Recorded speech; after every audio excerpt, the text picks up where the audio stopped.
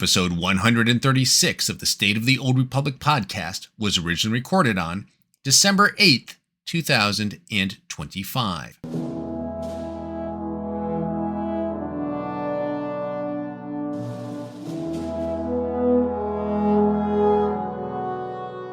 It's the State of the Old Republic podcast.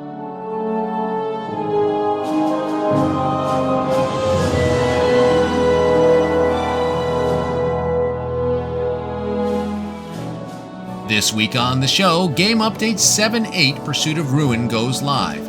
I'll tell you about Galactic Threads, the Wreckage on Dantooine, PvP Season 9, and everything else in this holiday update. Also this week, Galactic Season 9 has a couple more months to go. I'll give you an update on how my season is going. Spoiler alert, I'm all done. I'll give you my thoughts on the flashpoints, rewards, and those enhancers. Finally, this week, the subscriber login event has ended. I got everything I wanted out of it, and hopefully you did too. And with that, it's time to make the jump to lightspeed. And cue the moron. Welcome to episode 136 of the State of the Old Republic podcast. I'm your host, Ted, and as you heard in the opening, I've got another great show lined up for you today. Well, I don't know about you, but when 7.8 drops, I'm going to be torn about where to start. Pursuit of Ruin is like a delectable 3-course meal, and between Galactic Threads, the Wreckage on Dantooine, and PvP Season 9, I'm not sure which is the appetizer, the main course, or the dessert. It's a lot to choose from, but let's face it, we've waited far too long for Galactic Threads, so I'm not risking getting full on anything else. I'm going to gorge myself on Galactic Threads first.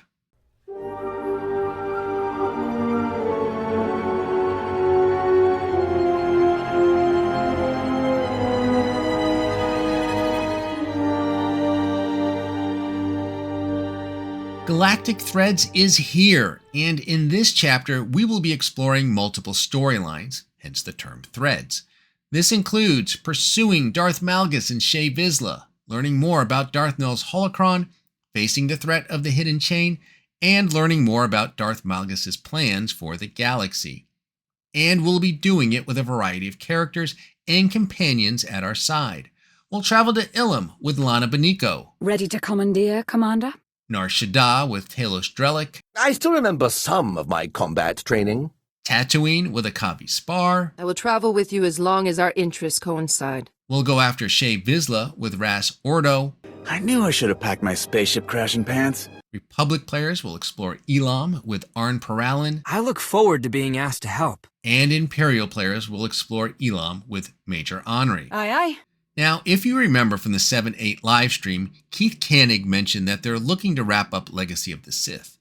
I don't expect that to happen in Galactic Threads, but I do hope we take significant steps towards that direction. Master's Enigma is the next chapter of the story, and we'll see that in Game Update 7.8.1, probably around March of 2026. And that's really all I have to say about Galactic Threads. I'm super excited to finally play this.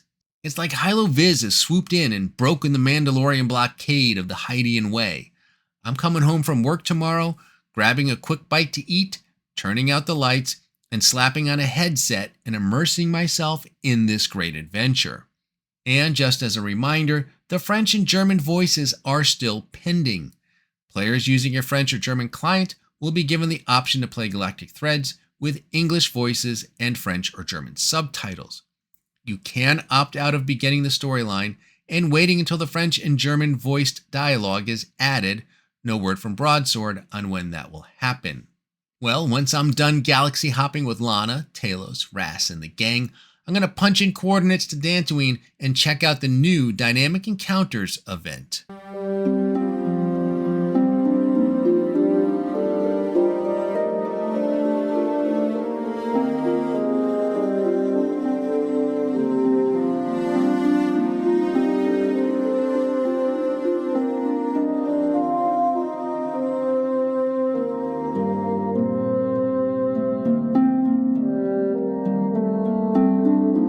The Wreckage on Dantooine is a Dynamic Encounters event in 7.8, and just to refresh you on the background, A ship of unknown origin has crashed on the planet Dantooine. The fallout from the wreckage has resulted in the creation of 3 un-Dantooine-like biomes that are wreaking havoc with the planet's ecosystem. Our job is to investigate the disturbance, put an end to it, and get paid handsomely for our efforts. Things to note. First, this is a level 80 area, so you must be level 80 to participate in the event. It is group-oriented, so the more people that are there, the better. All of the dynamic encounters are encounters shared, no competing for objectives and resources. This is a looping event. Players will complete dynamic encounters in each biome. As you complete the encounters, the biomes will level up. Once all of the biomes are leveled up, you will gain access to the orbital core boss. This is a master mode 4-person boss that requires a group consisting of a tank, a healer, and 2 DPS. We now have some more information from Broadsword about the boss, and according to the official article on SWTOR.com, once the boss encounter is available, players will have an hour and a half to challenge and take it down before the biomes reset and need to be leveled once more. Before getting to the orbital core, players must clear a mini-boss encounter first by selecting one of 3 paths.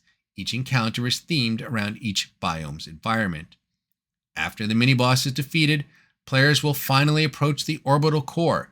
Players should expect this encounter to be challenging, and it should not be a surprise if it isn't defeated in the first attempt.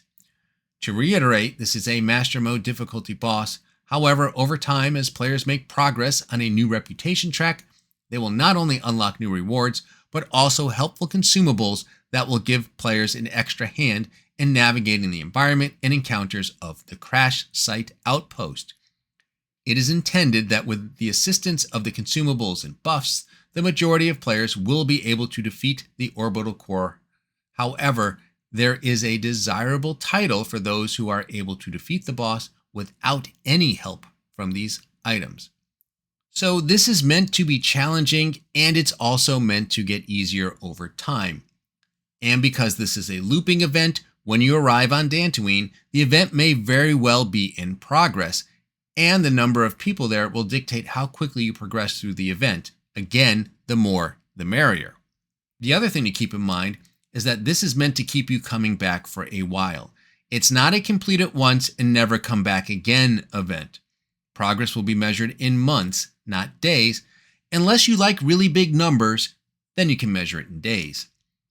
The rewards you can earn include mounts, armors, mini-pets, titles, decorations, and achievements.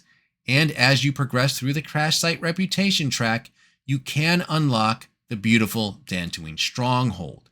Stronghold is a large pastoral environment perfect for setting up a beautiful farmstead for when you want to get away from it all. The Wreckage on Dantooine is a fascinating new event, and it's going to be fun and will keep us busy for a while. And if you need a break from banging your head against the orbital core boss and want to take out your frustrations on your fellow players, also known as your friends, you can hop in a queue and battle it out in PvP Season 9.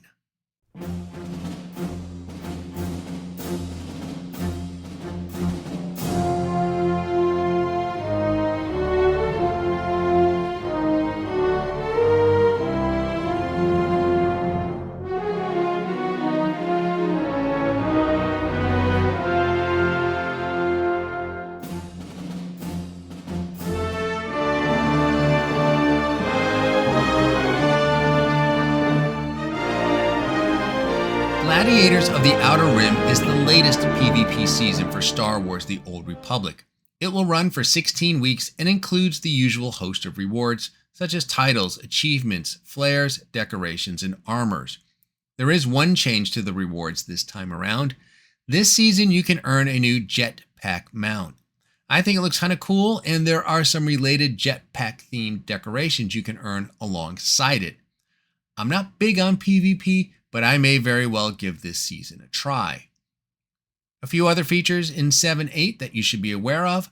SWTOR will celebrate its 14th anniversary starting December 16th. My goodness, this game is getting old, as am I. Beats the alternative, by the way.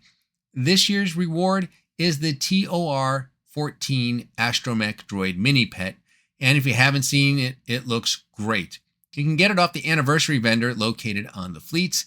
In addition to this year's reward, you can find many of the prior year rewards on there as well.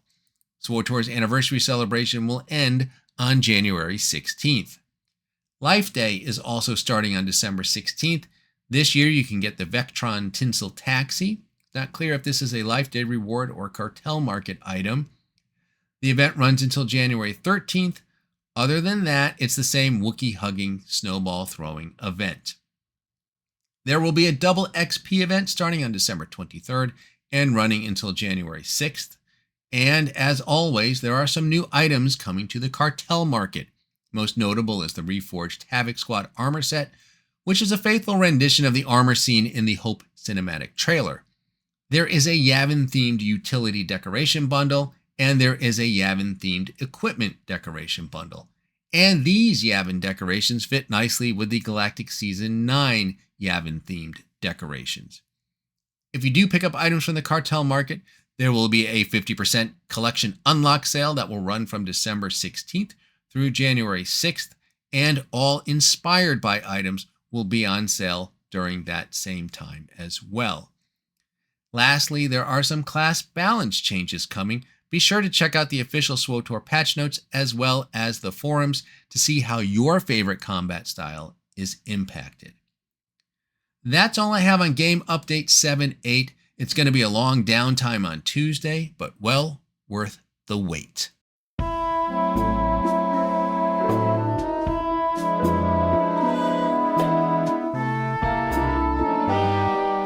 I'm back at the Viking space dock. I just completed a 2-month contract to test some experimental combat enhancers for Kai Zykin. As I head over to the cantina, a cute Imperial officer is walking by. She reaches out and touches the leather on my new Commandant's casual jacket. She smiles and says, "Nice," as she walks past me. Once at the bar, I regale patrons with tales of my adventures while my Camron droid hovers nearby, recording my stories for posterity and prosperity.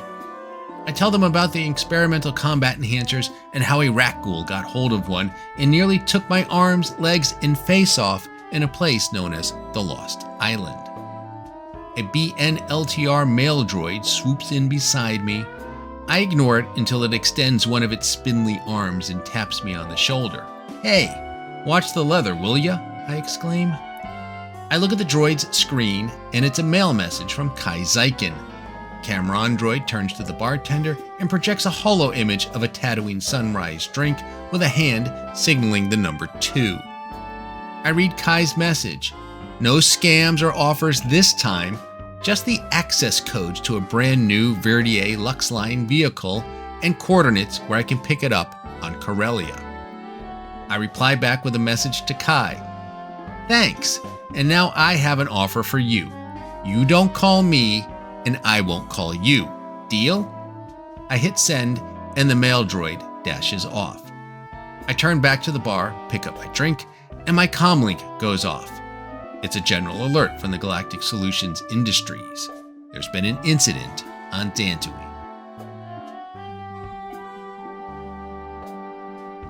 If I've done my math right, then Galactic Season 9 ends on February 16th, 2026. That's a little over 2 months from now. I'm done.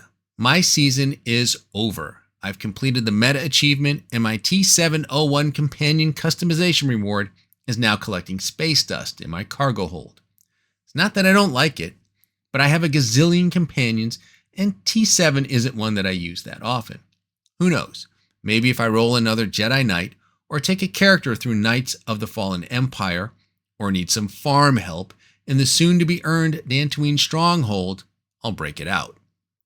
But as I said, my season is over. Now, I don't know if it's just the MMO player mentality that I've developed over the years, but I approach each Galactic season with an unhealthy sense of urgency. Tuesday arrives, and I rush to get all 7 weekly objectives done that day.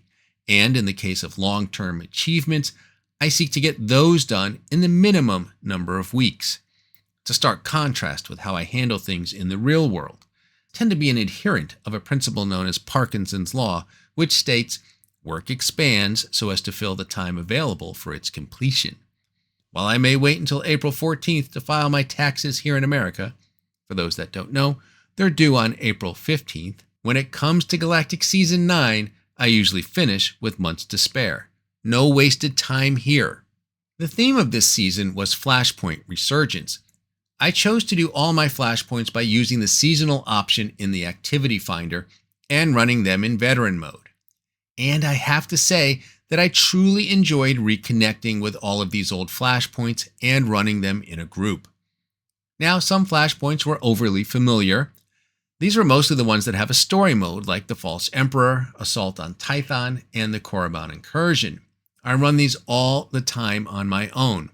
That's not to say that story and veteran mode are identical, but running flashpoints isn't just about knowing the boss fights. Helps to know your way around and be able to navigate the maps, and it helps to know which trash mobs you have to fight and which ones you can safely bypass. I learned some new tricks by running these with a group. Now, over the years, I've run every flashpoint in the game, but some of these I haven't run in so long that they felt brand new. Red Reaper, Kaon Under Siege, and Lost Island were three that I've had so little experience running that it felt like I was doing them for the first time. And then there were other flashpoints that were pure nostalgia.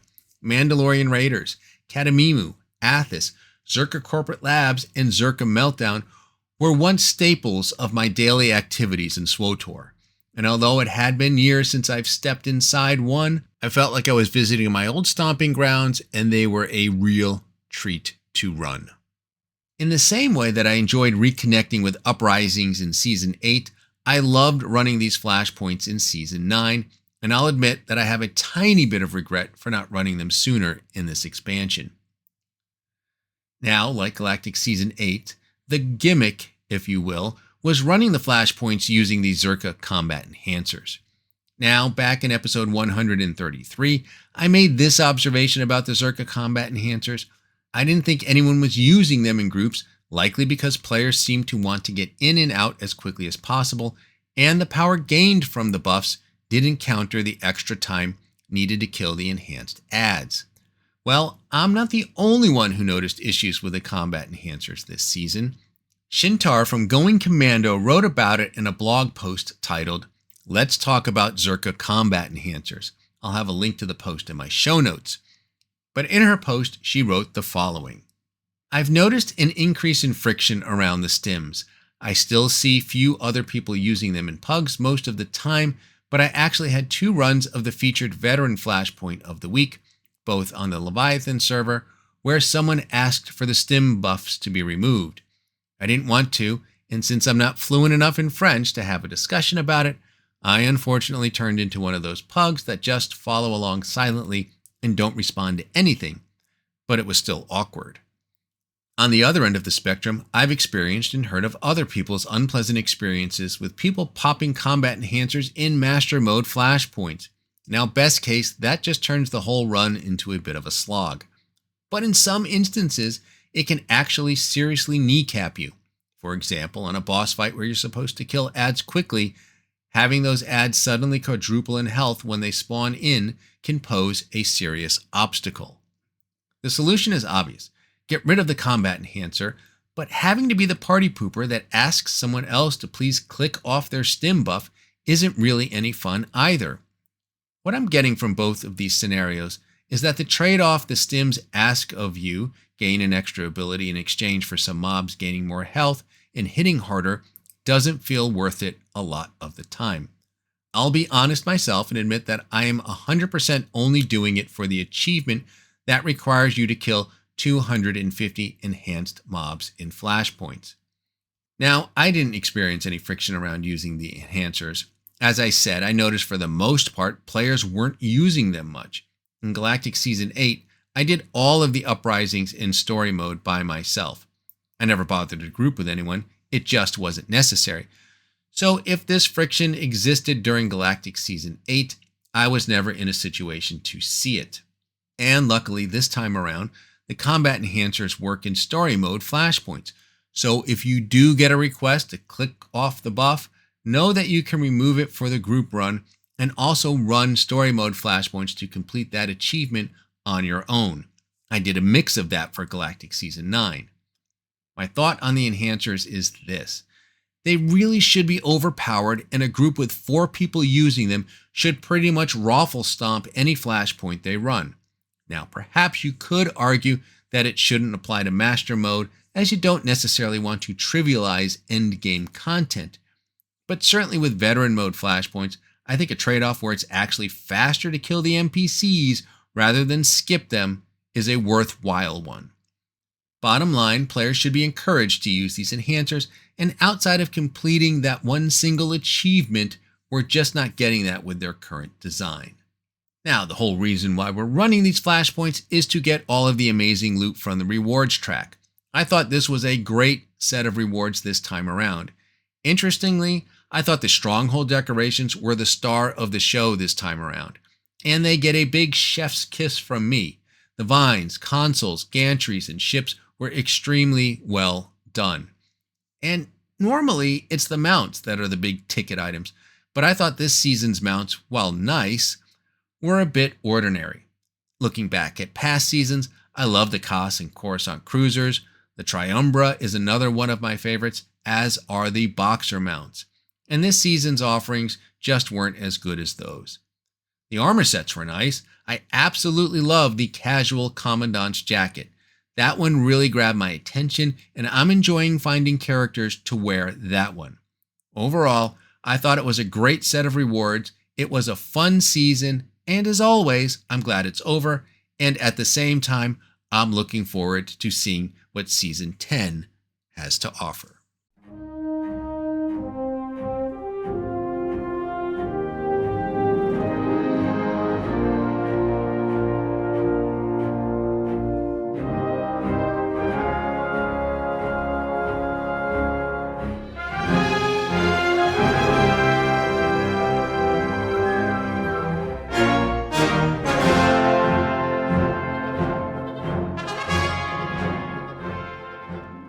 The subscriber login event ended this week. The event allowed you to earn special tokens by logging into the game 4 times each week. Those tokens could then be used on a special subscriber token vendor to buy a variety of items, including mini pets, enhanced XP boosts, resources such as tech fragments, augment materials, and endgame gear. The most unique rewards were the 2 ship droid companion customizations. Both were inspired by K2SO from Andor. I thought they both looked terrific. Naturally, I would have preferred an actual companion voiced by Alan Tudyk, of course, but these were pretty darn good. I should note that if you were subscribed at the beginning of the event, you also earned the GDW weapon carrier mount, which was the second companion and mini-pet enabled mount added to the game. For me, though, the big draw of this event was the ability to purchase the 340 Rakata gear and then work to upgrade it to 344. I mainly play this game solo and don't spend that much time chasing gear. I was more than happy running around in hide and seek 340 gear with 340 artifact enhancements and a 344 earpiece and 344 relics. The opportunity to build multiple sets of 344 gear for my favorite combat styles was too good to pass up. My favorites are Lightning Sorcerer, Telekinetic Sage, Arsenal Mercenary, Gunnery Commando, and Vengeance Juggernaut, Vigilance Guardian. I read up on these combat styles, studied my guild perks, and hit up tools like Ending Guild's Gear Calculator. I then put together a shopping list of gear, figured out the cost to upgrade everything, and developed a weekly spend plan. I'd love to tell you it all went without a hitch, but things like being in the wrong loot discipline when purchasing a gear item threw a little Kowakian monkey lizard wrench into the works. In the end, I got everything I needed. No token went unearned, and no token went unspent. Now I've got full 344 gear and go to Coruscant, Tatooine, Hoth, and even places like Runic and Kessen's Landing, and notice little to no improvement from where I was before. But at least I look like I know what I'm doing should you inspect my character. And who knows, Dantooine is a level 80 area, so perhaps there will be some payoff there. If nothing else, I'll be geared enough to join a group taking on the Orbital Core boss, even if I just end up standing in the fire yelling, "Heal me now." I will say that going into the event, I had mixed feelings about endgame gear like this being purchasable on the cheap. And by mixed feelings, I mean if Broadsword were to do another event like this, by all means, please put the endgame gear on it. But it does feel a bit weird purchasing such high-level gear in this manner. That said, this expansion is 3 years old, going on 4 years old. Perhaps a fire sale on gear is not such a bad thing.